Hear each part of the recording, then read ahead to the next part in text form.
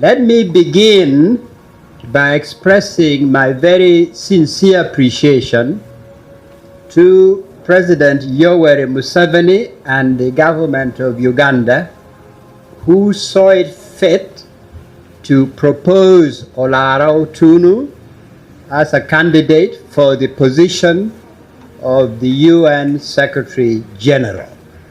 I am enormously grateful, and I appreciate this gesture on the part of the President and the government of Uganda.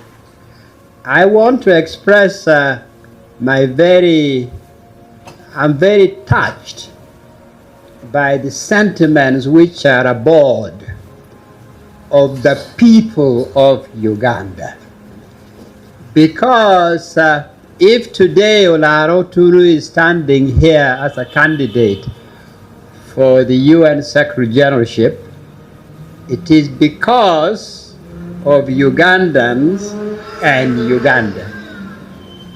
I am shaped and formed by this country, very proud of my country and very proud of my compatriots. So if the world today has seen it fit to consider my candidature, the credit goes to the people of Uganda and to Uganda. To my teachers along the way, to my parents, to my schoolmates, to those with whom we fought in the trenches in the Idi Amin years, including Prime Minister Rwakana Rugunda, and to all the well-wishers.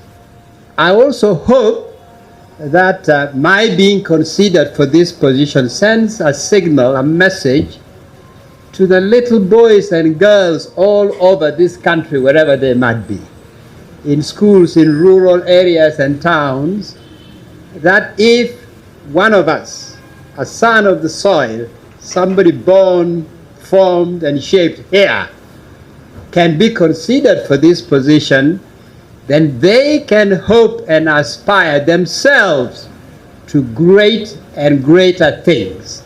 I hope this is part of the benefit of this candidature for our country, for our children, for our young people, and that our parents will not tell our young people, this is not for you, the ceiling here, this is only for those who are from London or Tokyo or Lagos. No, there's no ceiling. We have a nation of highly talented people. Given the opportunity, nurtured and developed, we can do great things not only in our country, but around the world. So I'm very grateful to my compatriots, very proud of you. I hope I will do well by you.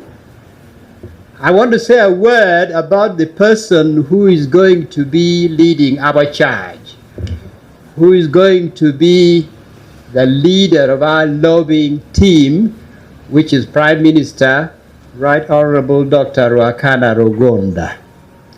I said Alan Kasuj and I bumped in each other literally in the streets of London. Well, Dr. Rwakana Rugunda and I, we go back a long way. This is a sweet reunion.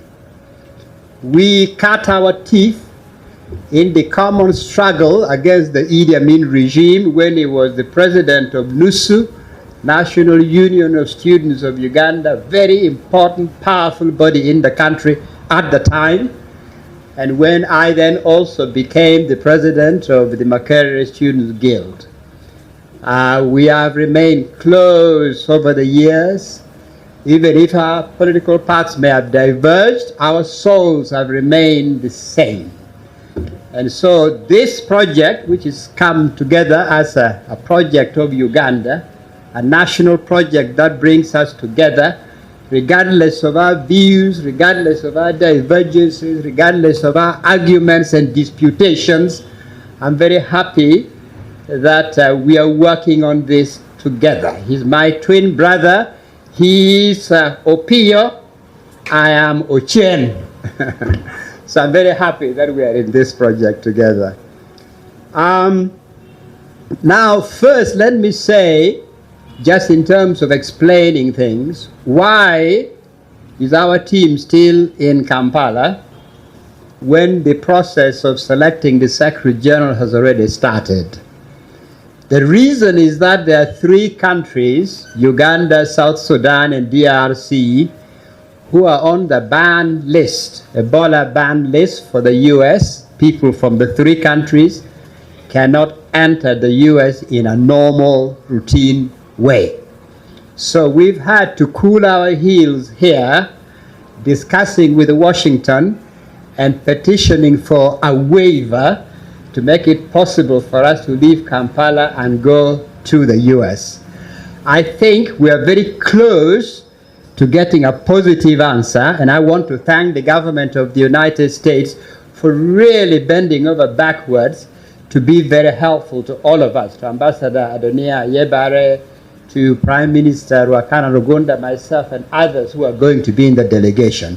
So we hope that very soon the delegation of Uganda, the lobbying team, will join the other candidates who are already in New York. So that's the reason why we are still here, but hopefully soon we shall be in New York. As you may know, there are 7 candidates, Olara, Otunnu being the 7th to enter the race, and they come from all over the world. To be elected Secretary General, you need the approval, the recommendation of the Security Council, the 15-member body, but you also need the ratification of all members of the United Nations, that is the General Assembly. In reality, the main decision, the critical decision, is made by the Security Council, the 15-member body. And within the Security Council, those at the front row are the 5 permanent members of the Security Council. To be elected, you need to gain 9 positive votes from any of the 15 members, regardless, any of the 15 members, whether they're permanent or they're elected members, it doesn't matter. But you need at least 9 votes. And you need to avoid a negative vote by a permanent member. The negative vote is often referred to as a veto. You need to avoid a veto. And that takes us to the Otunnu formula.